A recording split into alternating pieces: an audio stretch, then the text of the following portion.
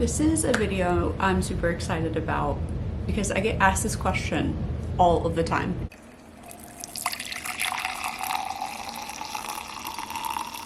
You go to my Instagram, you see that all I do is I read a thriller. Thriller, horror, dark, twisty. I'm related to Edgar Allan Poe. It's all I have in me.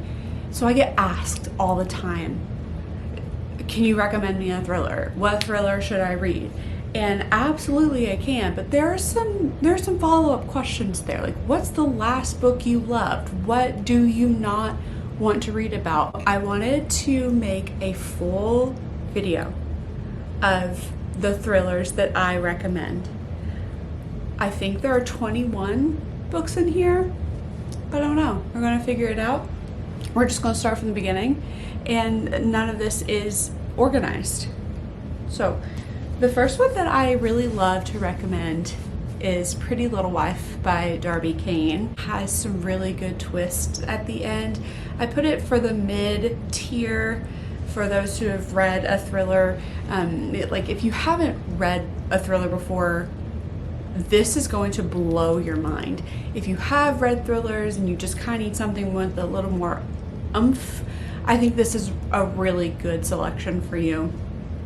It has the basic story, missing husband, the wife doesn't really care that the husband's missing, which makes her look suspicious. And then there are like 2 or 3 different twists in there that just made me gasp. Read the whole thing in one sitting. So I recommended this one quite often to others. Another one that I recommend is The Family Game by Catherine Steadman. I love this book. It's set in the winter time, so of course I read it during Christmas, not realizing it was Christmas. There is a woman who is engaged to a man, and the man's family is extremely wealthy, and they go to their estate for Christmas time, and there's a game that they all have to play, and it gets weird and it gets a little intense, and I love to recommend this one for, again, those who are thriller readers and they just need a little something more. This is a really good recommendation for you. This is a new one that just came out. It's called The Eden Test by Adam Sternberg. This one's fun. This one's a man and a woman, and their marriage is on the rocks, and they go to a retreat that the woman found and set up. And each day there's an envelope with a question that's supposed to help you talk about your marriage. The big thing is 7 days, 7 questions, and it'll change your life. It'll help your marriage. It goes awry. People start to show up at their remote cabin. The owners are really weird. The town is really weird.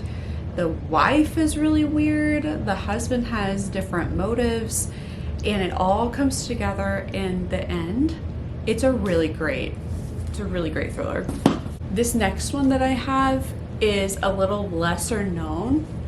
It's called This Might Hurt by Stephanie Roble. Stephanie Roble and we get along. Her other book is actually in here as well, but this is a cult-like book. There are 2 sisters. One sister's been trying to get a hold of the other one. The other one is in this cult, basically. And so Sister A goes to find Sister B in the commune where they are, and Sister B is like rising up into leadership of the cult while Sister A is trying to get her out. The ending is one of those that kind of like a Verity ending, when you can truly go either one way or the other and it makes sense. It's up to you as the reader how you want the ending to go. It's truly a good read, and I think it is underhyped, and I think more people should read this book. Another kind of underhyped book that I've enjoyed in the past is Black Widows by Kate Quinn. This is a really fun book. This husband has a few different wives. The husband ends up dead, and now all the wives are suspects. It's a little thicker of a book. It's worth it. The story is really good. They live out on this remote place. They kind of live like it's some time back in the day, but their husband's dead and they're not really acting too weird about it. Like none of them really care. And so they dive into why. It is really good. I love to recommend this one. There are 3 wives. Each of them have their own story. Each of them have their own little quirks as to why maybe they would want their husband dead. I don't know. Another underhyped one is called Little Eve by Catriona Ward. This is also more of that cult type of feel if you're looking for that. There are children involved if that's something that bothers you. The children are involved in the cult if that is worrisome to you or something you're not really wanting to read about, just so you know. But this one is a lot of fun. We have people trying to figure the cult out, and then you also have the point of view of those in the cult, those who are trying to get out, those who are trying to stay in, and the town that's across the river, how they view this organization over here. I read this before it came out. It came out last year. It hasn't really been talked about. I thought it was a lot of fun. It's super short. I really enjoyed what it talked about. I really enjoyed the ending, and it threw me for a few different kind of loops. This is a relatively new one that just came out. It got some hype over on Instagram. It's called Stone Cold Fox by Rachel Keller Croft. I read this in a past vlog, but it is a con man, cat and mouse type of game where a woman is marrying into a really wealthy family, but she has a super dark past that she thinks has been eradicated and hidden, and her fiance's best friend is a girl named Gail who finds out all of her past and is bringing it to light in just very different, slow ways, so you don't know when it's coming, so there's that suspense for you. If you enjoyed My Friend Anna, if you enjoyed those con books, those cat and mouse games, this is a really good recommendation for you. I think this isn't going to be such a surprise. It's In My Dreams, I Hold a Knife by Ashley Winstead. Ashley Winstead is bomb of a writer. The fact that she can do thrillers and she can do really dark fiction and she can do romance, and she's even coming out with a new one pretty soon. The fact that she can do it all and they're still all 5 stars, like what an angel. This is just your typical, they're back in college, all of these friends got together, someone died, and then 20 years later they come back to a reunion to figure out what happened. Without going into spoilers or giving any more than that, we find out so many twists and turns. I normally will recommend something like this way before the other ones that I've talked about, just to see if you would even like a thriller. If you don't know if you like a thriller, this is a really good one to try first, because this is a stereotypical thriller, but it has some really great twists that aren't in other books. This is one of my favorites. It's called TheOne by John Mars. I listened to this via audio. This is really unique. We are following quite a few different people, actually. Each person has their own point of view. And as you are following them, the whole premise of the book is there is an online test for DNA. So you send in your DNA and it tells you who your soulmate is based on the DNA if they've submitted theirs. So think of 23andMe, but for love and for a soulmate. So we have one who's a serial killer. We have one who found out that their soulmate is of the same sex and they don't know how they feel about it. We have one who they were engaged and they took the test, found out the soulmate is not their fiance and they're working through that. But at the end, it all comes together. Everyone comes together somehow. It is really cool. It is worth the read. If you listen to it via audio, I suggest that as well. It was one of my favorites. I wish I could reread this. Another one of my favorites that I love to recommend is Local Woman Missing by Mary Kubica. Mary Kubica and I are besties for the resties, as in I love her books, but she doesn't really know who I am. Both are fine. This is just a typical one. A trigger for this one, we do follow a midwife and there is some pregnancy complications. So if that's something that makes you uncomfortable, brings up a memory, that does happen in here. It's not the whole book. There's just a little snippet. It's one of those that you can skip over it and it'd be okay. But this one is just a typical missing woman figuring out who did it. We're following a few different point of views. You're really not expecting the end, and when the end hits, it is such a, it throws you that you're just not expecting it. She did a really good job writing that one. One that I love to recommend is Cover Story by Susan Rigetti.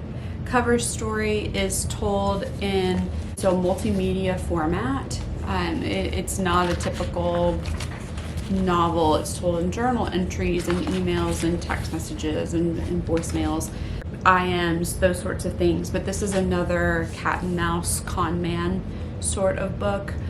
If you're going to go with a con man book, read this one first and then read Stone Cold Fox. This one shows the actual intricacies of the con, which to me was a little more fun, whereas Stone Cold Fox was more about you as the reader not knowing when the con was going to happen.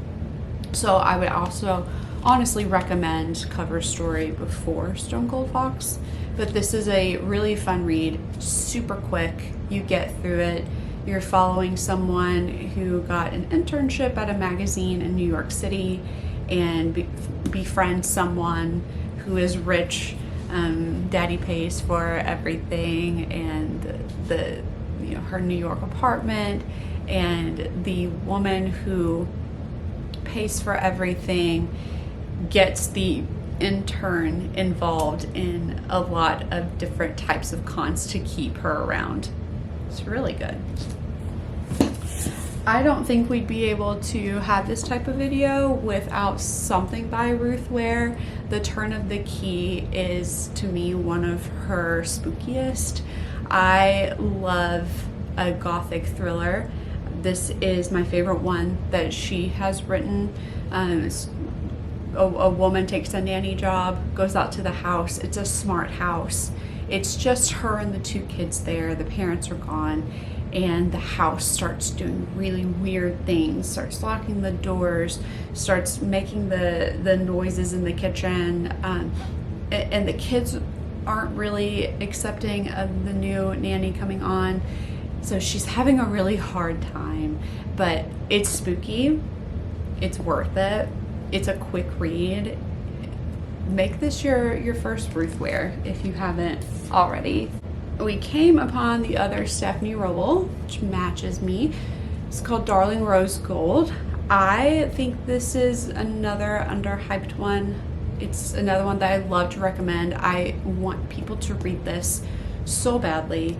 We are following a woman who has a child, and the woman is purposefully making the child sick to get attention. The woman gets found out and goes to jail. The child grows up to become a woman herself. The mom gets out of jail and comes back. They reconnect, and it's starting to happen again. The child, who is now a woman, who is living with her mom again, is getting sick. It's so good. So you're trying to figure out, like, truly what's going on. Is the mom poisoning her again? Is she actually getting sick? That can happen. It truly is one of my favorite books. This one's a lot of fun. I don't see this one talked about very often. It's The 7.5 Deaths of Evelyn Hardcastle by Stuart Charlton. This is one of those, it's thicker. I listen to it via audio. I do recommend reading it with your eyes, but you need to be able to completely give your brain over to it because it's a true mystery. Like, you are trying to figure out what is going on. It's heavy. It takes a lot of brain power to figure it out.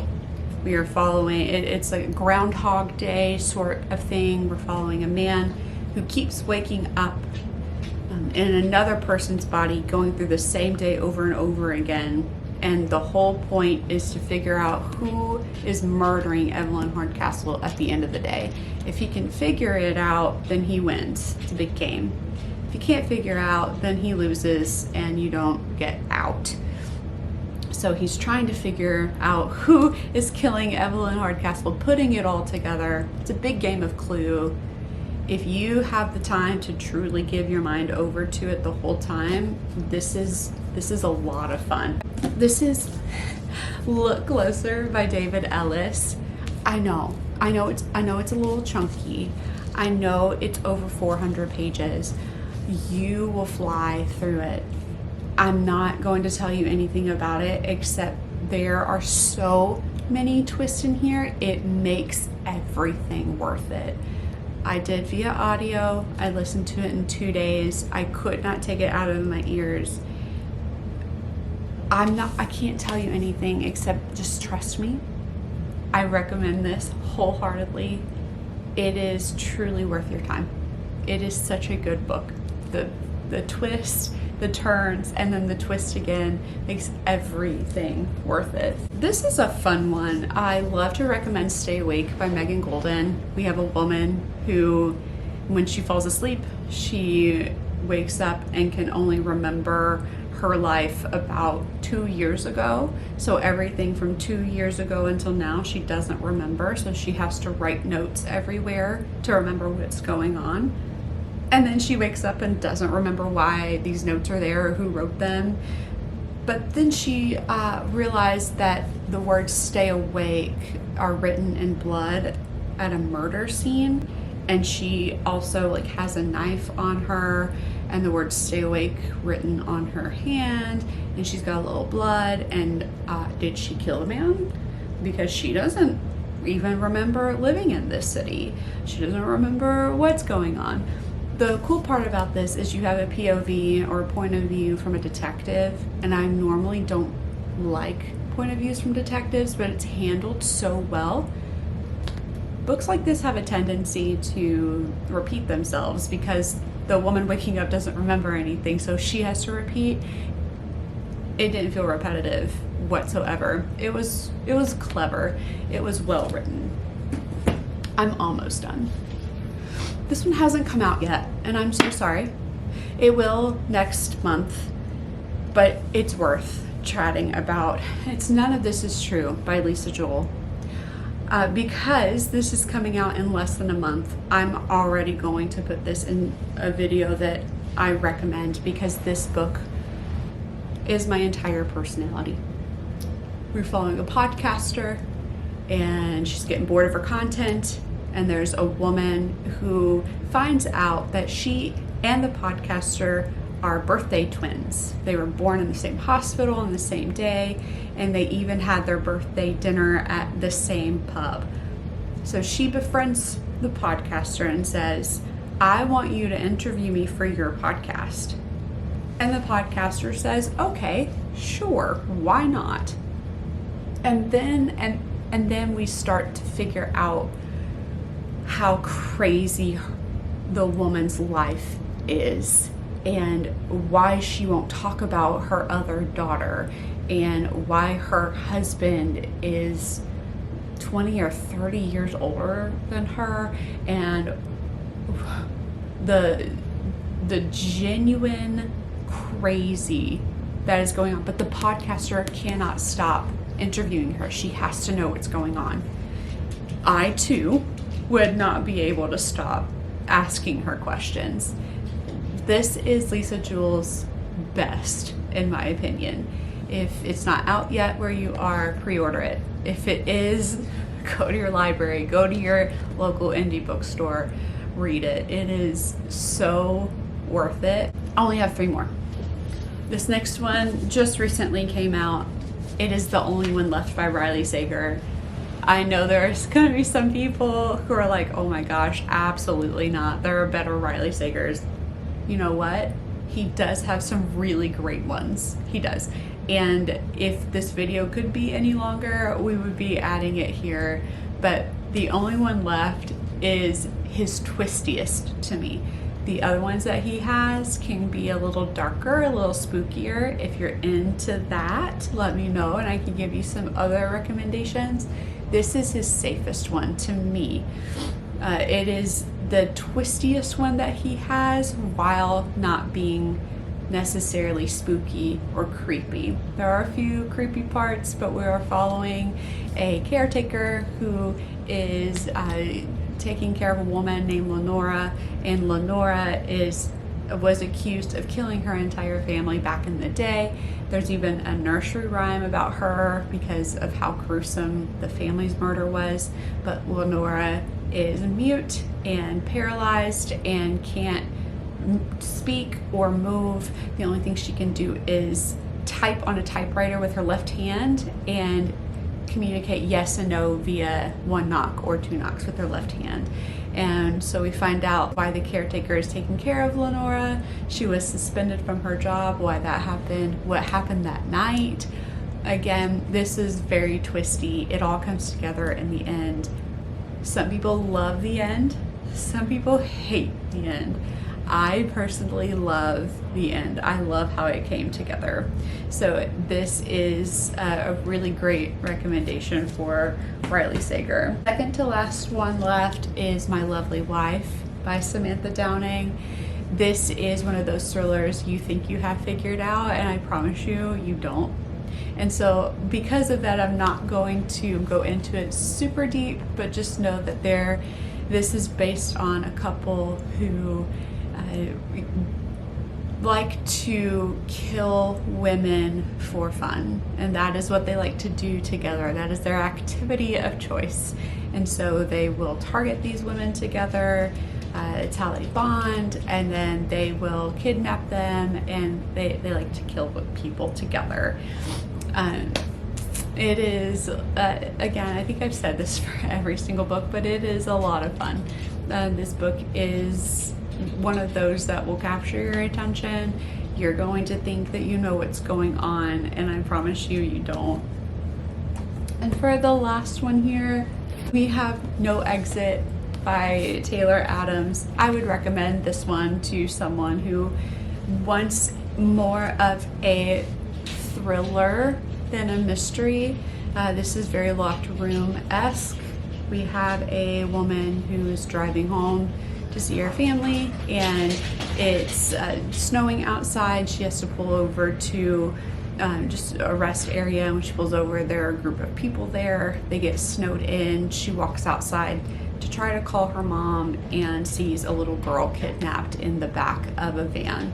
And so she's trying to save the girl and figure out who in this building is the one that kidnapped her. It is quick. It is fast-paced. It is way more thriller than mystery. There is some gore in here, so if that's something that bothers you, maybe not. But it truly is one of those that when it gets to the end, it's worth it. So different types of thrillers for different types of readers. I know that there were some of them that I didn't really go into who I would recommend it to, but if you listen to it and it's something that intrigues you, I would try it out, and just let me know down in the comments if you've read them or if this is something that you would like to read. Go over on Instagram, let me know. I would love to chat with you and give you some recommendations. It's a lot of fun for me to go through. I have so many more thrillers that I could have put in this video, and I didn't want it to be 16 hours long. So I just chose a random number. I think there are 21, and I don't know why I chose 21. So thank you for watching. I'm excited to see if you've read any of these, and let me know.